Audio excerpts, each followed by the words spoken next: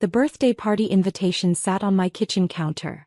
Expensive cardstock with gold embossing. My sister-in-law had spared no expense for her son's 8th birthday at the country club. I watched my daughters, Emma age 6 and Lily, age 9, wrapping the science kit they'd chosen with their allowance money. My husband, James, was running late from work. He'd promised to meet us at the party, but his new position at the firm had him working longer hours. His career was finally taking off after years of steady climbing. We arrived at the country club 15 minutes early. My brother-in-law, Marcus, stood near the ballroom entrance with his wife, Jennifer, both wearing designer clothes that probably cost more than my monthly grocery budget. "Oh, you actually came," Jennifer said, her smile cold. Marcus looked at the gift in Lily's hands, wrapped in discount store paper. His expression shifted to disgust. "Tell your kids to skip the party," he said directly to me, loud enough that several nearby guests turned to look. "We don't want their dollar store gifts." Jennifer giggled, covering her mouth with her manicured hand. "Marcus, don't be mean," she said, but her tone suggested she found it hilarious rather than inappropriate. My daughters stood perfectly still, their faces neutral. I'd raised them to be composed in difficult situations, and they didn't disappoint me now. Lily simply adjusted her grip on the present, and Emma glanced up at me with calm, questioning eyes. I felt the familiar weight of my purse against my shoulder, containing the folder of documents I'd been reviewing earlier that day. James had asked me to look over some papers about his promotion, wanting my opinion on the details before he signed anything.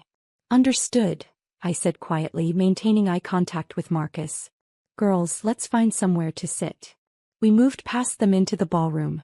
The space was decorated with elaborate balloon sculptures and a dessert table that looked like it belonged in a magazine. Children ran around in designer outfits while their parents clustered in groups, champagne glasses in hand. My daughters sat down at a table near the back, still holding their gift. They pulled out the books they'd brought, settling in to read while other children played. They were used to being overlooked at family gatherings.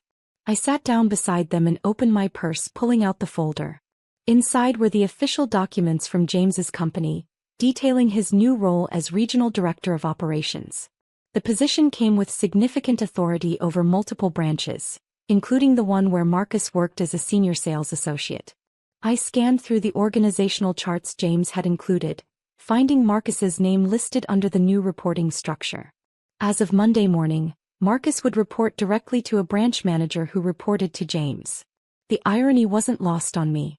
Jennifer approached our table, her heels clicking on the polished floor. "You can leave the gift on the table by the door," she said, gesturing dismissively. "We're sorting them by value later." "Sorting by value?" I asked, keeping my voice level. "Well, yes," she said, as if explaining something obvious to a child. "We want to make sure our son understands the importance of appreciating generous gifts from successful family members. We'll probably donate the cheaper items to charity." She walked away before I could respond, joining a group of her friends who kept glancing in our direction and whispering. The party continued around us. Children played games I assumed cost a fortune to organize. A magician performed tricks that left the young audience amazed. Through it all, my daughters sat quietly, reading their books and occasionally watching the festivities with detached interest. Marcus made a speech thanking everyone for coming, making pointed references to family who truly support us, and people who understand quality. Several guests looked uncomfortable, but no one said anything. My phone buzzed. A text from James, running even later. "Emergency meeting just got called. Should be there in an hour. How are the girls?" I typed back, "They're fine. We're fine. Take your time." Another text came through, this one from James's assistant. "Reminder. Regional Director announcement goes company-wide Monday morning at 8 a.m. All branch managers have been notified to prepare their teams." I glanced at Marcus, who was now bragging to a group of men about his recent sales numbers and his track record at the firm. He had no idea what was coming. The gift opening segment began. Designer clothes, expensive electronics, gift cards for outrageous amounts. Each gift was greeted with exaggerated enthusiasm from Jennifer.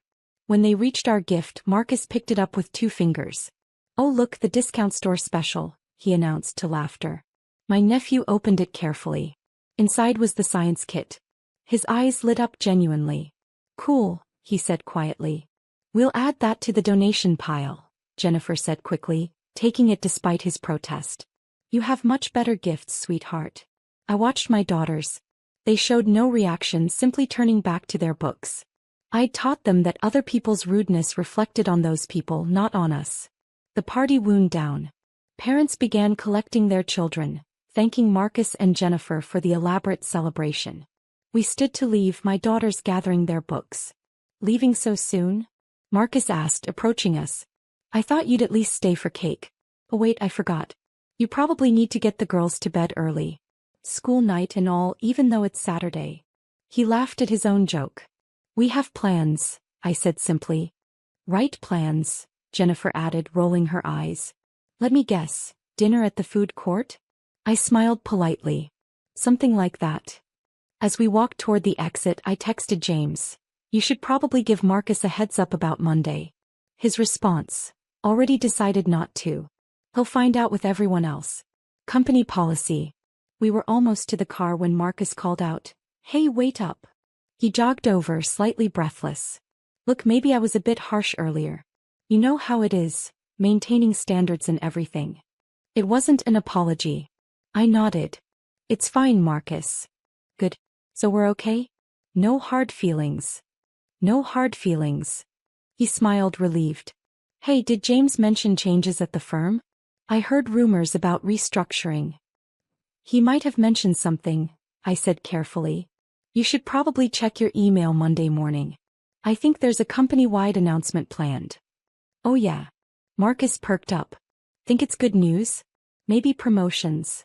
For some people, definitely, I said. For others, it might be an adjustment period. He didn't catch the implication. Well, I've been killing it in sales, so I'm not worried. My numbers speak for themselves. I'm sure they do, I agreed. We said goodbye and drove home. The girls were quiet in the back seat, processing the evening in their own ways. Mom, Lily asked after a few minutes. Why are Uncle Marcus and Aunt Jennifer always so mean? I considered my answer carefully. Some people measure their worth by comparing themselves to others. They need to feel superior to feel good about themselves. That sounds exhausting, Emma observed. It probably is, I agreed. James arrived home around 9, loosening his tie as he walked through the door. How was the party? Eventful, I said, handing him the folder of documents. You might want to review these again before Monday. He flipped through the pages, pausing at the organizational chart. Marcus is going to lose his mind when he sees this. Probably, I agreed. But that's not your problem. You earned this position fair and square. Did he say anything tonight? I filled him in on the evening's events, including the gift incident and Marcus's parting question about company changes. James shook his head. I offered to give him a heads up last week. He cut me off, said he didn't have time to chat about my boring job updates. His exact words. Well, Monday should be interesting then, I said. The weekend passed normally. Sunday evening, James spent an hour preparing for his first official day as regional director. He'd start by introducing himself to all the branch managers via video conference, then spend the week visiting each location in person. Marcus's branch was scheduled for Tuesday afternoon. Monday morning at exactly 8 a.m. the company-wide email went out. James forwarded me a copy. Leadership changes. Regional director appointments. My phone rang 30 seconds later. Marcus. I didn't answer. Neither did James. Texts from Marcus followed. Is this a joke? James is my new boss? Call me back. We need to talk. Then Jennifer. How dare you not tell us? We deserved advance notice. James silenced his phone and headed to his office for the video conference. The messages from Marcus and Jennifer continued throughout the morning, evolving from shock to anger to attempts at reconciliation. We should talk about Saturday. Maybe I overreacted. Jennifer feels terrible about the gift situation. Can we meet for lunch this week? Clear the air? James emerged from his office around noon looking satisfied. That went well. Everyone seems on board, except one person, but that's to be expected. Let me guess, I said. Marcus requested a private meeting. I scheduled him for tomorrow at 2 right before I tour his branch. Figured we should address whatever issues he has before I meet with his team. Tuesday afternoon, James called me from his car. You won't believe what just happened. Try me, I said. Marcus spent the first 10 minutes of our meeting pretending Saturday never happened. Then he spent the next 20 minutes explaining why he deserves a promotion to branch manager. He actually said his family connections should count for something. What did you say? I told him that family connections are exactly why I can't show him any favoritism.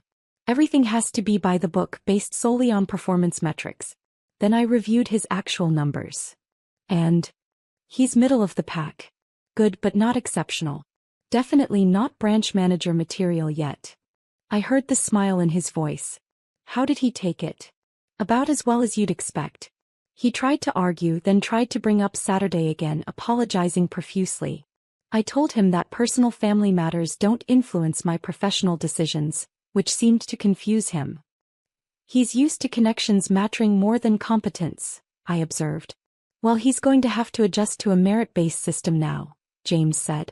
The tour of his branch was enlightening, though. His team has mixed feelings about him.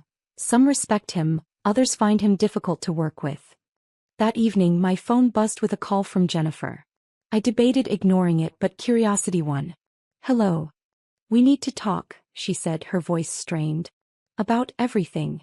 Okay, I said simply. Marcus is upset. He thinks James is punishing him because of the party. James doesn't operate that way, I said. His professional decisions are based on professional criteria. But family should count for something. Jennifer insisted. It does, I agreed. It means James has to be even more careful to treat Marcus fairly, without any appearance of favoritism. She was quiet for a moment. We'd like to apologize. For Saturday. We were inappropriate. You were, I confirmed. The girls, she continued, are they okay? Marcus feels bad about what he said. I glanced at my daughters doing homework at the kitchen table, completely unbothered by the previous week's events. They're fine. They've already forgotten about it. Good, that's good, Jennifer said, sounding relieved. Maybe we can all have dinner sometime? Start over. Maybe, I said noncommittally. We'll see how things go. After I hung up, Emma looked up from her math worksheet. Was that Aunt Jennifer? Yes. Is she sorry about the party? She says she is. Emma considered this. Do you believe her? I think she's sorry about the consequences, I said carefully. Whether she's sorry about her behavior is harder to say. Lily closed her book. Dad's really Uncle Marcus's boss now? He is. That must be weird for Uncle Marcus, she observed. Probably, I agreed. Good, Lily said matter-of-factly, returning to her reading. James came home that evening with stories about his branch visits, the challenges he'd identified, and his plans for improving regional performance. Marcus's name came up only in the context of professional development opportunities James was considering for the whole team. Are you going to tell him about Saturday? I asked. Clear the air. James shook his head. It's not relevant to work. What happened at that party was between family members. What happens at the office is between a regional director and his team. I'm keeping those separate. Very diplomatic, I observed. Very necessary, he corrected.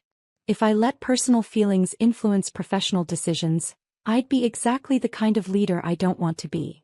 The following week settled into a new normal. Marcus remained professional at work, though James reported he seemed subdued. Jennifer's calls became less frequent, and when we did interact at family gatherings, she was noticeably more careful with her words. The science kit we'd given my nephew turned up at our house a month later. Marcus dropped it off personally, looking uncomfortable. He really did like it, Marcus said, handing me the box. But Jennifer already donated it. I bought him another one. Thought maybe your girls would enjoy this one. It was an olive branch of sorts, awkward but genuine. Thank you, I said, accepting it. That's thoughtful. He nodded, shifting his weight. Look, about the party. I was a jerk. No excuse for it. No, there wasn't, I agreed. Yeah, he said quietly. Anyway, I'm working on it. Being better, I mean. After he left, I gave the science kit to my daughters. They accepted it with the same calm grace they'd shown throughout the entire situation. People can change, I told them. Sometimes it just takes the right motivation. Like having Dad as his boss? Emma asked. Like realizing that treating people well matters more than expensive gifts, I corrected. though we all knew the truth was probably somewhere in between.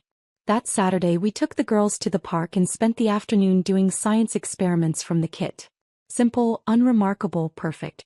My phone buzzed with a photo from Jennifer, our nephew, doing one of the experiments, captioned, "Sometimes the best gifts come in unexpected packages." It wasn't an admission of being wrong, but it was close enough. James saw me looking. "Progress." "Maybe," I said. "Time will tell."